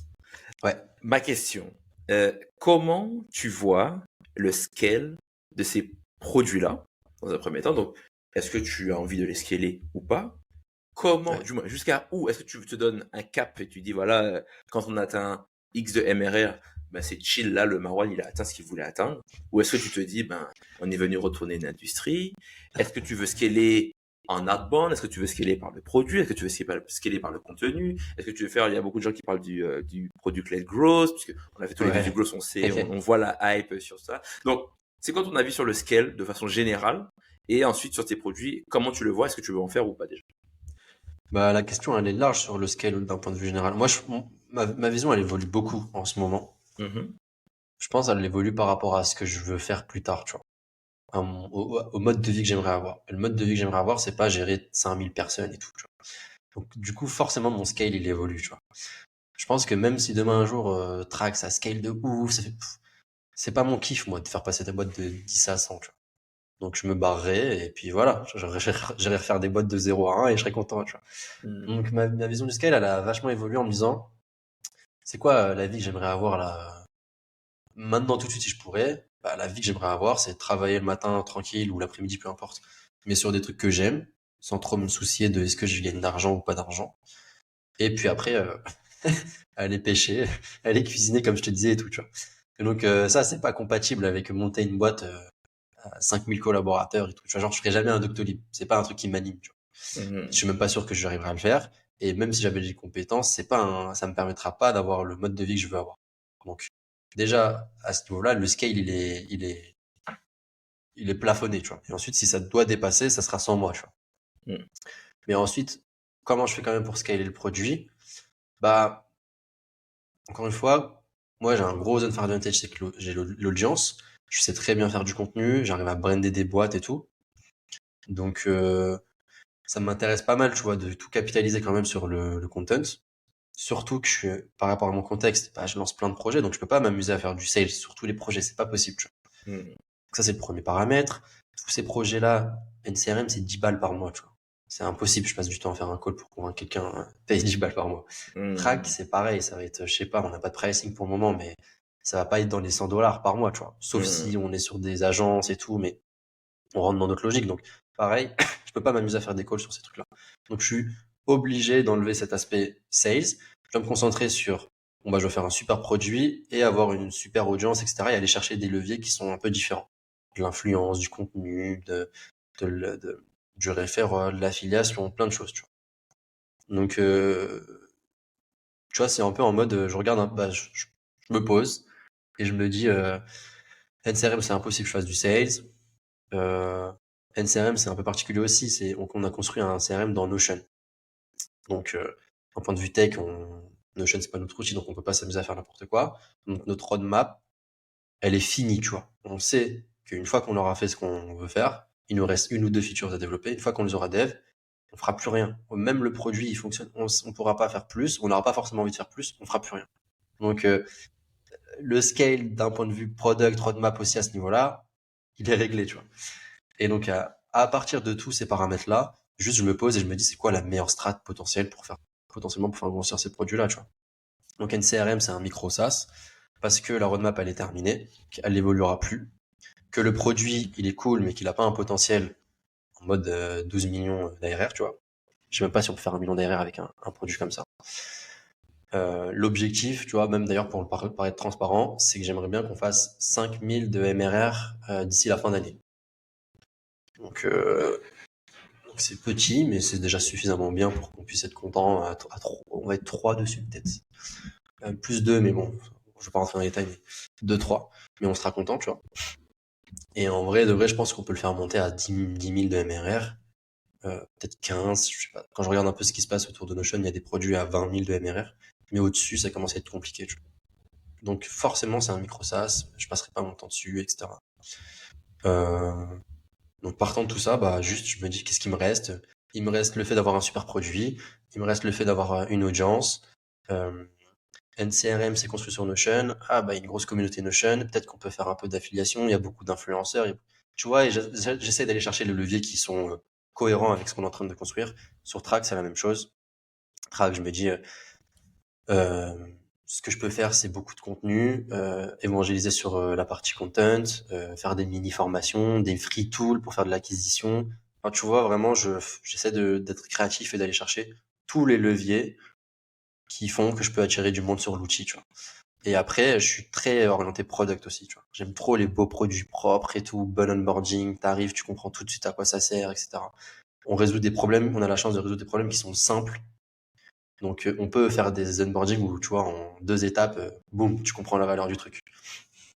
Donc, euh, donc c'est comme ça que tu vois que j'imagine le scale sur nos produits, euh, de manière assez simple. Et je sais pas si je suis assez rentré dans les détails, en même temps, je sais pas si j'arriverai à rentrer beaucoup dans les détails parce que, bah, j'ai le mindset toujours de je résous le problème qui aujourd'hui, cette semaine grand max, enfin, tu vois, au bout d'un moment, quand j'aurai activé tous ces leviers-là, s'il y a un vrai problème sur le scale, bah, je me dirais, ok, qu'est-ce que je peux faire d'autre? Mais j'ai pas réfléchi pour le moment. Pour le moment, je capitalise à fond sur ce que je sais faire. J'ai des influenceurs dans mon réseau, j'ai une grosse audience, on a un beau produit. Bon, bah, vas-y, fais du contenu à fond, fais des podcasts, fais des vidéos, des trucs, des machins, et puis tu verras, tu vois, fais du SEO, tu verras où ça te mène, et puis si t'es pas content, on trouvera une solution. Donc, je sais pas si je me suis un peu éparpillé parce que j'ai parlé des 2 produits, mais si j'ai répondu à ta question. Ouais, non, non, clairement, tu y as répondu. Après, c'est vrai que c'est pas non plus le plus simple de se projeter dès le début, dans le sens où, effectivement, tu es Ouais, c'est toujours ça. dedans et c'est important. Par contre, effectivement, tu vois, tu as dit aussi que tu aurais aussi passé, alors le contenu, effectivement, ça on est OK. Tu as parlé aussi des free tools et ça reste, tu vois, au lead magnet, free tool ou engineer Mm. marketing, peu importe comment on l'appelle. Mais effectivement, tu vois, ça reste quand même, tu vois, apporter de la valeur. Et c'est vrai que quand tu as un Ouais, gros focus produit, parce que je pense que tu vois, là, malheureusement ou heureusement, peu importe, mais la crise, elle est venue aussi, tu vois, les coûts d'acquisition en paid, ben, sont peut-être un ouais, peu plus chers. À la base, ben, les gens levaient des fonds, se disaient, OK, on met beaucoup d'argent en acquisition, on est là, c'est on ça. dépense, et on fait rentrer. Et puis en fait, la crise, tu sais, c'est un peu comme une marée qui est venue, et puis qui a dit, bon, attention, on va nettoyer tout le monde. Et puis du coup, tu es obligé de te dire, ben, OK, est-ce que j'ai un bon produit? Est-ce que mon Bah produit, oui. il est intéressant? Est-ce que j'ai des boucles de croissance dans mon produit, etc., etc. Tu vois, donc je pense que le focus produit, Mais il est intéressant, quoi. tu sais que là, tu me lances sur un autre débat, mais pour moi, là, toutes les boîtes qu'on levait, leur seul objectif, c'était recruter beaucoup de sales pour faire de l'outreach et mettre tout le budget dans de l'ads, tu vois. Et il y en a aucun, enfin, je sais pas, j'ai pas l'impression qu'ils se sont dit, ah, enfin, on a levé, on va se concentrer sur notre product, on va faire des trucs stylés, enfin, là, il y avait trop d'argent, ce qui faisait que les gens se concentraient pas trop se concentraient pas sur ce qu'on disait depuis tout à l'heure, les choses simples, tu vois. Genre, en fait, les choses simples et logiques. Quand tu sors un produit, tu te poses, logiquement, ton produit il doit aider, tu vois, ton user. Hmm. Alors, tu peux faire tout ce que tu veux, toute là, ce que tu veux et tout, si ton produit il est nul, il est nul. Et ça, il y a Hmm. plein de gens qui l'ont pas trop compris, je pense. Et donc, même en t'en parlant et tout, en t'expliquant comment j'ai ma vision du scale, tu vois, j'essaie toujours de faire des trucs simples en fait. Genre, quand je pars de mon MVP, bah, je note le problème que j'ai et ensuite je note tous les sous-problèmes qu'il y a, tu vois. Là, quand tu m'as parlé du scale, bah, c'est pareil, je me suis dit, bon, bah, une CRM, qu'est-ce que c'est? C'est un tool comme ça. Est-ce qu'on peut faire du sales? Non. Est-ce qu'on peut faire ça? Non. Est-ce qu'on peut faire ça? Non. Est-ce qu'on peut faire ça? Non. Est-ce qu'on peut faire ça? Non. Est-ce qu'on peut faire ça? Oui. Et tu vois, genre, je liste juste les choses sur lesquelles j'ai du pouvoir et qui ont de l'intérêt. Et ensuite, je me mets dessus, tu vois. Et je fais les choses simplement. Et du coup, bah, en plus, bah, moi, je suis pas trop dans une optique de lever des fonds ou quoi que ce soit. Si on peut lever, on lève. Enfin, en fait, j'ai pas d'optique, tu vois. Je me dis pas, faut que je bootstrap ou que je lève. Je me dis juste, faut que je sorte un bon produit. Et après, on verra ce qui se passe, tu vois. Si pour continuer à avoir un bon produit, il me faut un peu d'argent, j'irai chercher l'argent. Sinon, j'ai pas besoin. Mais toujours rester simple. Ça a été un truc que j'ai appris en passant chez Lemlist et en passant chez Rifty. Euh, c'est pour ça que j'ai trop de chance d'avoir eu ces expériences-là. Mais il faut juste faire des choses, genre, j'aime bien dire genre débile as fuck, tu vois. Genre, faut que quelqu'un d'extérieur te dise, mais attends, mais c'est n'importe quoi, mais t'aurais pu faire une automatisation de fou. Non, non, non, allez, laisse-moi faire mes petits trucs à la main, laisse-moi faire ça, laisse-moi tester ci, et genre faire juste simple. Même la prospection, je la fais à la main maintenant, tu vois. Je n'utilise même pas d'outils, je vais simple, un bon truc et tout. Et voilà, tu vois. Et donc, je sais plus quel était le sens de la question, je me suis un peu dispersé, mais je sais que la conclusion que je voulais dire, c'est ça, tu vois. C'est faire des choses simples et logiques, et faut juste faire ça, faut pas se prendre la tête. Et ce Ouais, qui est non, plus dur. non. Ouais, en tout cas, top. Puisqu'on parlait du focus produit. Et donc, du Ouais, c'est coup, ça. ouais. Donc, du coup, je pense qu'il y a un truc encore. Là, on va passer sur un aspect qui est aussi important parce que on le sait tous les deux, on fait des choses, on travaille beaucoup, etc. Aujourd'hui, ma question, c'est pourquoi Marwan, il fait les choses? Pourquoi il fait ça? Dans le sens où, donc tu l'as déjà un peu évoqué, mais est-ce que tu es plus business lifestyle ou billion? De ce que je comprends, tu disais effectivement que ton focus, c'est un bon produit et pouvoir te dégager du temps. Et Ouais. je le sais déjà un peu, mais est-ce qu'aujourd'hui ton but c'est de rester voilà, en très petit comité pour faire de bons produits? Est-ce que tu te vois grossir? Ouais.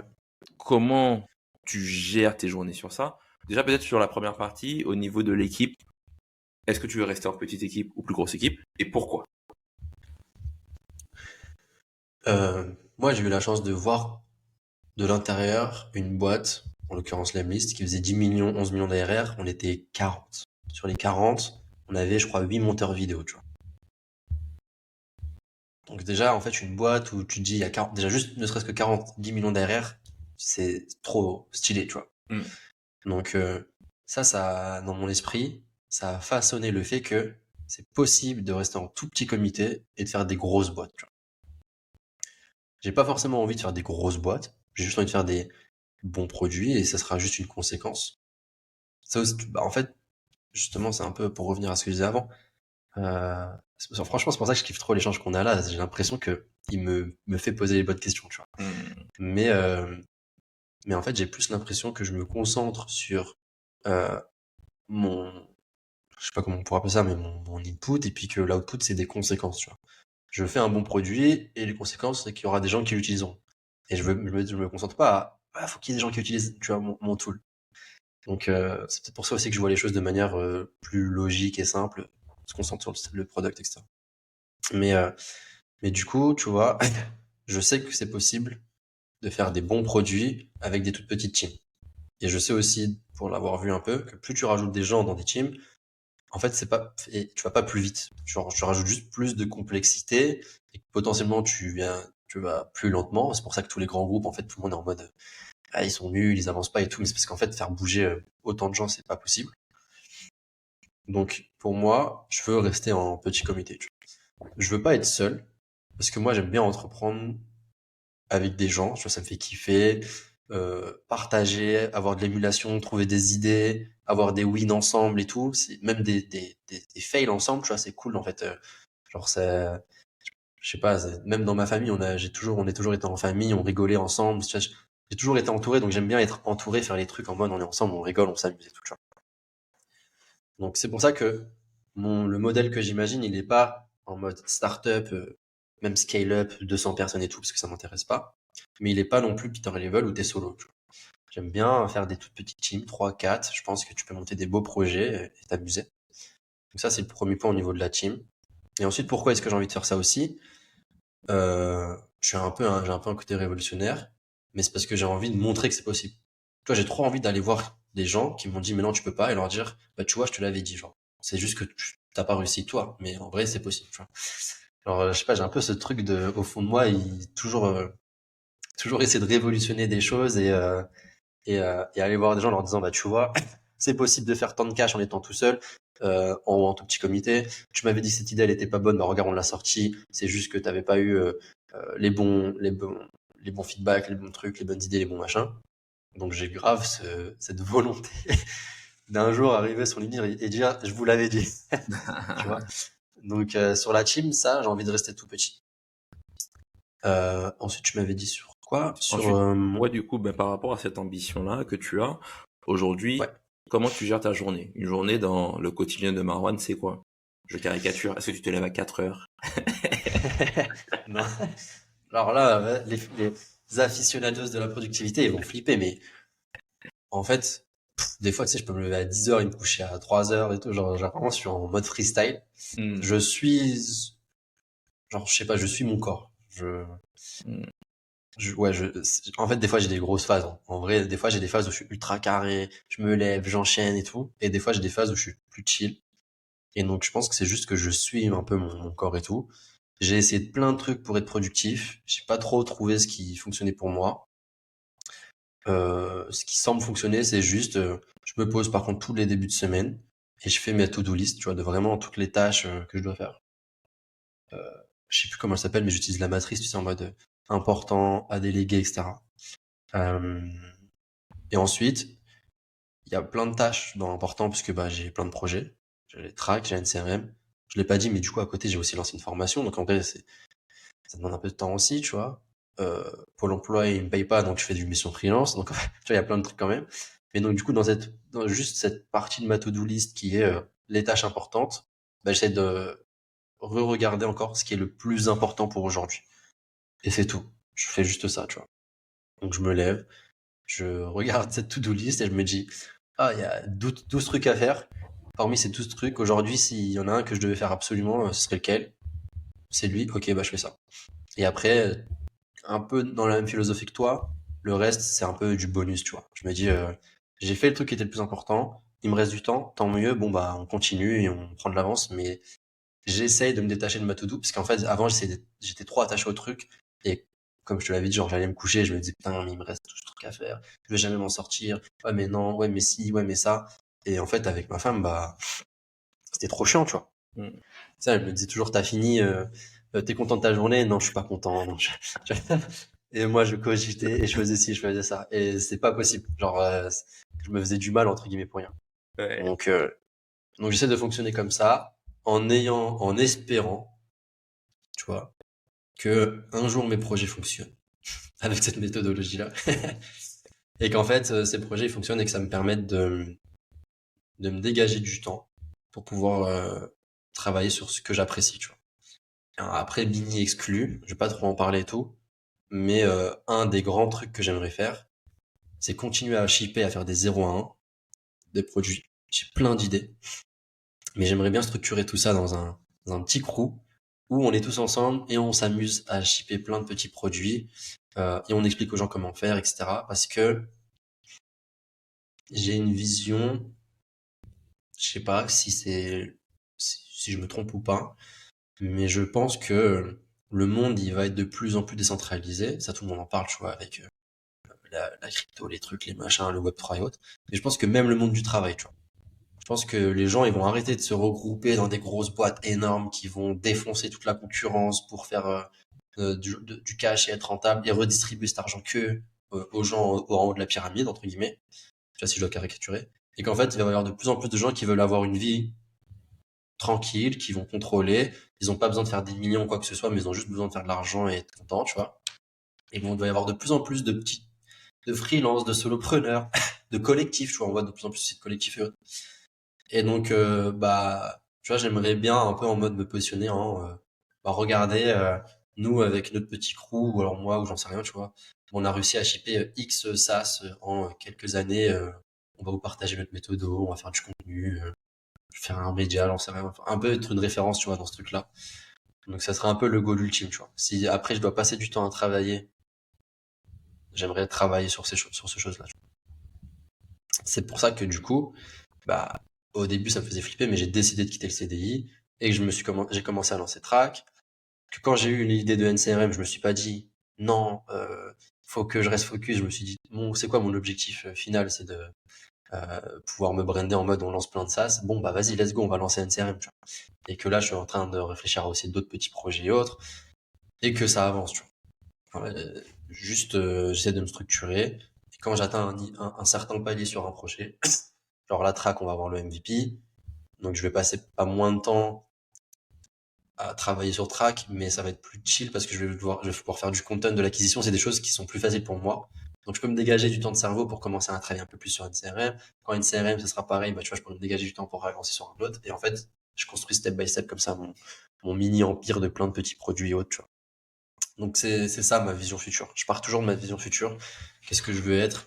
Référence en mode on a sorti X SaaS, X produits, X machin et tout en quelques années, on a la méthode, on vous explique, etc. Et donc j'ai arrêté de me dire il faut que je sois focus. Euh, Par définition, faut que je sois défocus, tu vois. Faut que mon objectif c'est de lancer plein de trucs, donc faut que je lance plein de trucs, etc. Et après dans tout ça, j'essaie de m'organiser, c'est tout. Ok. Ok, ok, ok. Je me demande même, tu vois, par rapport à ce que tu dis, est-ce que le fait de... Tu sais, tu parlais des to-do, hein, de plein de to-do, que des fois tu te dis, Ouais. ouais, mais en fait, j'ai rien shooté et tout. Je me demande est-ce que c'est pas une déformation des startups quand t'es passé en startup, le fait de faire 10 000 trucs à la fois, et qu'en fait, après, quand tu fais tes propres projets, tu te dis, ouais, ben, je fais 10 000 trucs, mais en fait, t'as pas la même C'est vrai. infrastructure, en fait, tu vois. C'est vrai, c'est vrai. C'est possible, hein. C'est possible parce que je pense qu'il y a un truc aussi, un défaut que j'ai, c'est que je pense que des fois, je suis capable de tout exécuter dans ma to-do, alors que la vérité, c'est que c'est pas possible, tu vois. Hmm. Genre, même en étant une brute et tout, bah, en fait, je sais pas, soit j'évalue mal mon temps, soit je sais pas, mais il y a un truc qui fait que j'ai ce blocage en me disant, ah non, c'est possible. Ah, mais c'est possible de faire une LP en 20 minutes. Non, non, non, c'est ce que les gens ils disent dans des vidéos. En vrai, il faut que tu te poses un peu, que tu travailles le copywriting, que tu fasses la structure. Donc, une LP, tu vas peut-être la faire en une demi-journée, peut-être en une journée si tu veux être chill. Mais, et tu vois, des fois, moi, genre, vraiment, je me dis, mais non, mais maintenant, il y a des modèles, il y a des templates, même moi, j'en ai fait plein, je peux partir de trucs. Et en fait, je sais pas, j'ai l'impression que je peux faire beaucoup en peu de temps, mais c'est pas vrai, tu vois. Et donc, en plus, déjà que mes to-do list, elles sont longues comme le bras, je pense vraiment littéralement. Si en plus, j'estime mal, tu vois, mon temps, si j'ai ce problème-là, bah ouais. Et c'est peut-être à cause des startups, ouais. Où on te demande beaucoup, t'as plus de ressources, donc tu peux faire plus.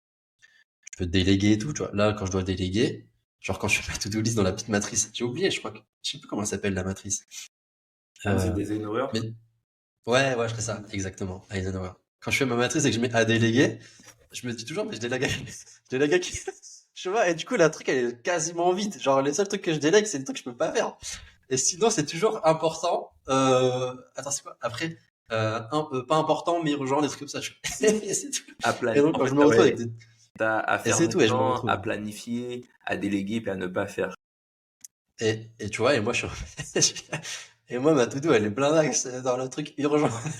Ou à faire maintenant, tu vois. Et du coup, c'est tout. Donc, ouais, je pense que j'ai un biais aussi à ce niveau-là. Je crois que j'ai des gens derrière moi qui vont m'aider, mais en fait, je suis tout seul. Mais tu sais, c'est marrant parce que moi, je t'avoue un truc. J'ai fait ça à un moment, la matrice des événements. Je me suis dit, voilà, la productivité. Donc voilà, tu sais que ça, c'est à déléguer. Ça, c'est à planifier et tout. Au final, mon gars, après peut-être allez, même pas tout ça. Après peut-être 2 mois, je me suis rendu compte qu'en fait, déjà, je passais que mon temps dans la partie à faire maintenant. Et que deux, en fait, j'allais jamais regarder les autres. J'ai tout shooté. J'ai fait un seul Kanban, comme en product management.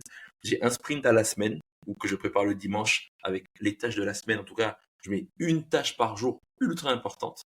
Et je laisse, en fait, si tu veux, un delta à l'imprévu. Parce qu'il y a toujours des imprévus. Ouais, ouais. C'est ce qu'on disait tout à l'heure, c'est que peu importe ce qui se passe, ben, tu vas avoir peut-être, je sais pas, quelqu'un de la famille qui va passer, tu vas avoir une urgence à gérer pour quelqu'un de la famille, tu vas Ouais. avoir quelqu'un qui veut prendre un verre, et ceci et cela. Et en fait, je pense que il faut laisser une place à l'imprévu, si je puis dire. C'est-à-dire qu'avant, moi, je blindais genre en mode, chaque heure était millimétrée. J'ai dit Ouais, non, ouais. impossible, C'est impossible tout ça. pareil. Donc, une tâche par C'est pareil, jour, une tâche bonus, c'est je me ça. disais, attends, mais si je prends ma douche en même temps, je peux écouter un podcast. Genre, j'étais en mode, mais j'étais matrixé, je pense, par le truc de productivité. Et je me disais, non, mais je suis pas assez productif et tout. Hmm. Et maintenant, je me dis juste, écoute, les choses, elles se font comme elles se font. Et puis voilà. Tu vois, est-ce que tu es en train de crever de faim? Non. bon, bah voilà, y a pas de problème, alors Mm. avance sur ta to-do list. Non, mais Et puis sérieusement, ouais. ça se fera tranquillement, tu vois. C'est vrai. Et en plus, C'est, vas-y, vas-y. c'est compliqué, tu vois. Mais tu sais, tout le monde dit, je vais un peu me contredire, c'est un peu bizarre, mais tout le monde dit, ouais, l'entrepreneuriat, c'est pas un sprint, c'est un marathon. Moi, je suis pas trop d'accord. Je trouve que c'est plus un sprint que tu fais en mode marathon. Enfin, c'est un marathon que tu fais en sprint, pardon. Mais quand même, dans ma vision des choses, il faut quand même être chill. Il faut pas, genre, se mettre la pression en mode, je dois faire toute ma to-do list. Tu sais, en plus de la matrice Eisenhower, moi, j'avais en dessous après un calendar, tu vois, où je mettais genre de 9h à 10h, je dois faire cette tâche. Et en mode, je timais toutes mes tâches, tu vois. Mm. Et du coup, genre, j'étais ultra stressé, je mettais mon timer, j'exécutais. Après, je voyais qu'il était l'heure, je me dis, merde, j'ai pas fini, je dois faire une Exactement. autre tâche. Et en fait, ça a jamais marché. J'ai jamais réussi. Je crois, au bout d'une semaine, j'étais tous décalés, c'était le bordel. Parce que t'as un dev qui t'appelle et qui te dit, ouais, là, elle marche plus, qu'est-ce qu'il faut faire? Viens m'aider sur le product. Genre, et, tu vois, et du coup, bah, ça pète tout. Et donc, comme toi, maintenant, je suis en mode, genre, je suis en mode, ouais, c'est tout. Je fais juste les trucs qui sont importants et je me laisse porter, tu vois. Mm. Et l'imprévu, c'est important aussi. Parce qu'il y a plein d'idées que j'ai eues pendant des phases d'imprévu. C'était pas prévu de faire ci, mais du coup, ça m'a donné une idée, etc., etc., tu vois. Donc ouais. Je suis pas sûr que ce soit une bonne méthode. En vrai, s'il y a quelqu'un qui a une méthode, genre miracle, qui est un peu dans le même cas que moi et tout, et qui a réussi à se structurer, je suis grave chaud qu'il m'envoie un message pour m'expliquer. Mais moi, j'ai pas trouvé. Genre, je commence même à me dire que tous les gens qui te vendent des solutions de ouf en mode telle semaine, la semaine de 4 heures, la semaine de ci, les trucs, les machins, je suis pas sûr que eux-mêmes le fassent vraiment, tu vois. Parce que c'est pas possible d'être autant rigide tout le temps. Je sais pas, en tout cas, moi, j'arrive pas. Mm. Ouais, moi, en tout cas, comme je te dis, ça c'était. Je vois t'envoyer la ressource sur ça, mais moi, c'est vraiment des sprints de product. C'est toutes les 2 semaines, en tout cas, sur les trucs sur lesquels je travaille avec mon associé. Toutes les 2 semaines, on se met, on choisit les tâches qu'on fait, qu'on exécute sur les 2 semaines. On a un objectif de sprint. On exécute. Après, chacun est libre de l'exécuter comme il veut. Mais tu vois, en général, même sur 2 semaines, je vais pas mettre du travail pour 2 semaines. En vrai, je vais mettre du travail pour une semaine. Et après, ça me Ouais. prend toujours 2 semaines. Tu vois? Parce qu'il y a Ouais, je toujours vois ce des que tu veux dire. trucs que tu te dis, mais ça, c'était pas prévu. Ça, je l'ai fait la dernière fois, ça marchait, ça marche plus. Donc, tu vois, il y a plein de trucs comme ça. Et moi, en fait, c'est plus comme ça que je gère. Je me dis juste, par contre, j'ai un time boxing sur le matin, comme je te disais, de 4 heures, où je sais que Ouais. quand ces 4 heures-là, elles arrivent, bah, j'ai pas de notification, j'ai pas mon portable, on peut pas me déranger. Et je choisis une tâche que je vais shooter, tu vois. Encore faut-il effectivement bien estimer ta tâche, comprendre, la Mm. découper assez minutieusement. Mais là, je te dis ça comme ça, mais tu vois, ça s'est pas fait en un jour. Hein. J'ai compris déjà comment moi je fonctionnais, sur quoi j'étais bon, sur quoi j'étais plus rapide. Et puis petit à petit, je me suis dit, ok, cette tâche-là, je sais que ça prend beaucoup plus de temps. Tu vois, tu parlais même des landing pages ou autres. Et effectivement, Mm. ton cerveau, en fait, j'ai l'impression qu'il y a vraiment deux mondes parallèles. Tu te dis, mais ça, c'est easy, ça prend X temps. Mais en fait, quand Ouais, tu tu te mets dis, les ouais, mains mais il y a des dedans, warframes et tout. mais un truc de fou. Le temps même que tu commences entre choisir les templates, choisir le truc, le copywriting, le machin, Exactement. le temps il est déjà passé. Ok, Ouais, c'est vrai, c'est vrai. C'est pour ouais. ça, je pense que, ouais. Et pourtant, je découpe, hein. Je découpe pas mal les tâches, tu vois. Ah ouais. Genre, je me mets une tâche en mode record les vidéos, et bah je mets scripter la vidéo, la record, la poster, la machin, et je découpe et tout. Mais même comme ça, des fois, j'arrive pas. Et puis de toute façon, tu vois, pareil, en mode, déjà, j'ai NCRM, j'ai Track, la formation, les freelances, les trucs et tout. Si je découpe toutes mes tâches, j'ai des to-do sur Notion, elles sont gigantesques, Ben oui. et rien que la regarder, je me dis, voilà, fais ce que tu fais. Dans ma tête, je sais ce qui est important, je sais ce qu'il y a dans ma to-do, grosso modo. Bon, allez, vas-y, je vais faire ça aujourd'hui. Ce matin, Ouais. je me sens chaud pour faire du contenu, je vais faire du contenu. Ouais, Ce non. matin, je me sens chaud pour faire ça, je vais faire ça. Et Ok. voilà, tu vois. Mais c'est vrai qu'il faudrait que je trouve un moyen. Et potentiellement, ce système un peu de sprint, que j'avais même mis en place pour la partie growth et tout sur Track, pourrait fonctionner, en fait.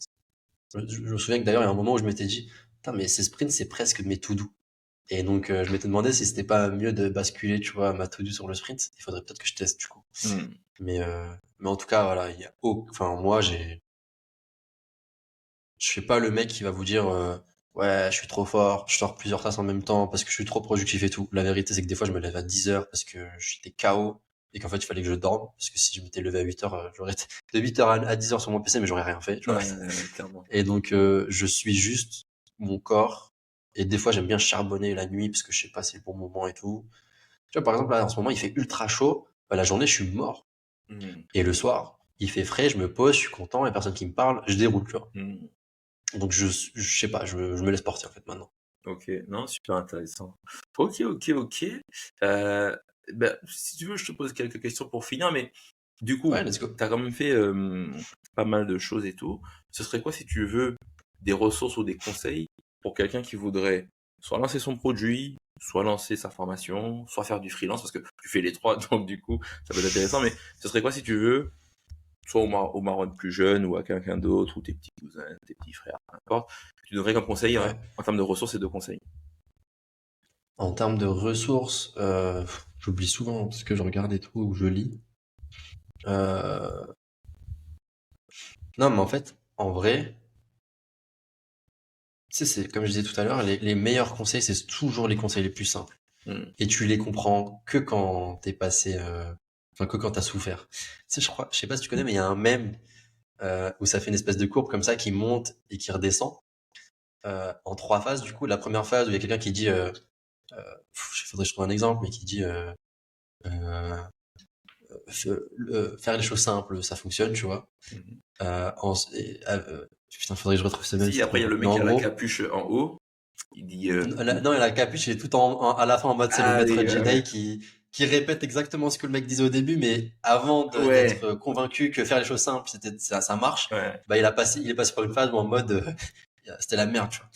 Mais ce même, je trouve, il représente bien ce que je veux dire, c'est qu'en fait, pour moi, le meilleur conseil, c'est genre, je sais pas, c'est essayer d'être faire les choses les plus simples possibles. Et des fois, c'est compliqué de le faire. Et donc, du coup, essaye de penser le plus débilement possible. Hmm. Genre, vraiment, faut être ultra cloisonné, tu vois. Faut pas réfléchir.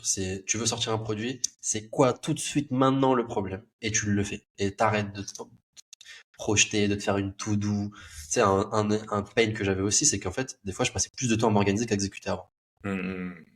Maintenant, je m'organise plus, ou en tout cas, je le fais au fur et à mesure, je m'en fous. Et je me dis, putain, là, j'ai un problème sur ça, vas-y, tout de suite, j'y vais, et je corrige tout de suite, et je fais les choses tout de suite, etc. Tu vois. Et j'essaye d'aller au plus simple, mais genre vraiment le plus simple du monde, tu vois. Donc, si j'avais un conseil, ce serait ça, c'est toujours simple. Genre, tout ce qui marche, de toute façon, c'est simple. Les meilleurs, je pense que même pour toi, hein, t'as dû le voir quand t'étais chez Growth Tribe. Les meilleures stratégies growth, machin, c'est des choses qui sont simples finalement. C'est pas des machines de guerre et tout. Les meilleurs sales, ils font des choses simplement. Ils prennent un rendez-vous, ils analysent, ils parlent, ils font leur phase découverte. Ils font pas des trucs de ouf. En contenu, les choses simples, ça marche. Tu suis ta structure, tu fais ton truc. Enfin, en fait, finalement, tout est simple. Mais c'est difficile de le faire. Donc, ouais, je ferai ça. Un truc qui m'a de ouf aidé aussi, c'est de m'entourer de gens un peu comme moi, ou alors au-dessus de moi, tu vois. Par exemple, là, je suis dans un mastermind, bah, il y a des gens qui ont revendu leur boîte, il y a des experts dans des domaines dans lesquels je suis pas, en freelance notamment, tu vois, parce que moi, je débute en freelance, donc parfois, je fais plein d'erreurs. Genre là, je suis en pleine erreur de facturation, je fais une dinguerie. Je me rends compte que le devis que j'ai envoyé presque me faire perdre de l'argent, tu vois, si je fais la mission. Donc du coup, je leur négocie et tout. Donc je fais plein d'erreurs. Donc en fait, je m'entoure beaucoup de gens aussi qui ont fait les choses ou qui sont en train de les faire et sur lesquels je peux m'appuyer.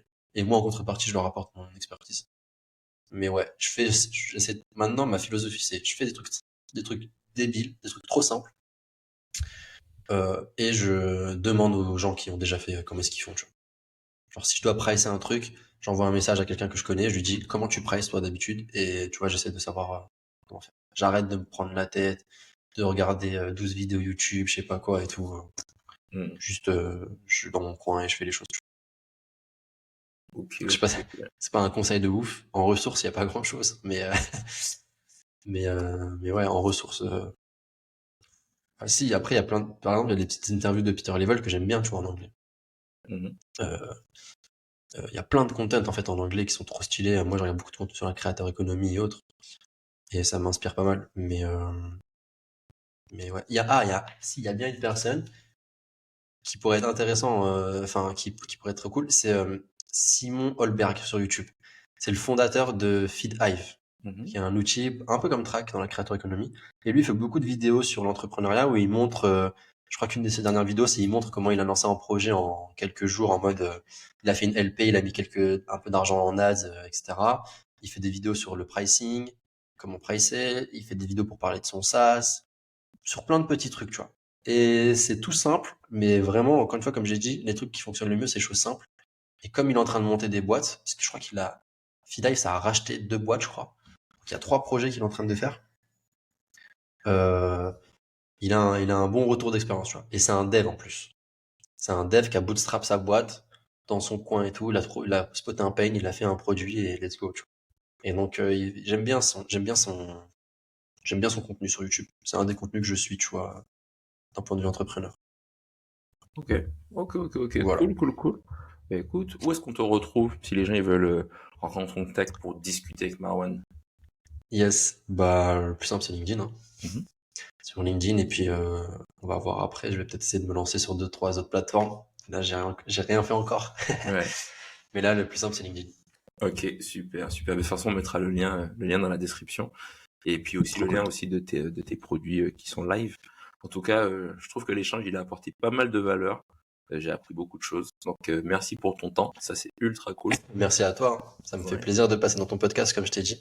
Ouais. Parce que c'est toi la brute en exécution. Quand tu m'as dit, Non. ouais, on va parler d'exécution, je me suis dit, mais attends, mais qu'est-ce que je vais te raconter, moi, en exécution? J'ai rien à dire. Si tu savais, Jérémy, je me lève à 10h. Et des fois, je me couche, c'est freestyle et tout. Donc, non, j'espère que l'épisode, il était intéressant. Non, mais Et c'est je suis chaud important d'avoir vos parce retours. que, en fait, moi, je trouve que la vraie productivité ou l'exécution, peu importe, en fait, c'est ça qui nous correspond. Ça se trouve, tu te lèves à 10 heures, mais tu fais la même chose que moi, qui me lève beaucoup plus tôt, tu vois. Donc, au final, moi, Ouais, c'est un peu la mentalité. J'ai beaucoup appris ça chez Growth Tribe aussi, c'est que on travaillait beaucoup au projet. On n'avait pas vraiment d'horaire. C'est-à-dire que tu as un projet à shooter, shoot-le quand tu te sens productif. Il y a personne qui est productif toute la journée. Les gens, ils font des horaires de ouais, bureau, mais t'es pas productif toute la journée. C'est faux. Donc, en fait, ouais. shoot quand tu peux shooter, et puis, à la fin, tout ce qui compte, c'est ce que tu as produit, quoi. C'est ça, c'est l'output. Toujours. C'est ça. Très cool, Trop très cool. lourd. Mais en tout cas, merci beaucoup, Marwan, encore une fois. Et Merci à puis, toi, hein. là, on se retrouve très vite et j'espère voir, franchement, je veux voir Track décoller, je veux voir NCRM décoller, je veux voir J'espère. des J'aimerais trucs de bien aussi. ouf, tu vois. Ok, J'espère. vas-y, On verra, on salut. va tout faire pour. Ciao, salut, Jérémy. Bye. J'espère que vous avez apprécié cet épisode et que vous en êtes sorti grandi. Si c'est le cas, n'hésitez pas à nous laisser un avis positif sur la plateforme d'écoute que vous utilisez. Cela nous aide beaucoup. Les liens évoqués durant cet échange sont en description de l'épisode. Ce fut un plaisir pour moi de vous accompagner durant ce moment. Je vous dis à très vite. Et souvenez-vous qu'il suffit d'1% d'upgrade pour évoluer.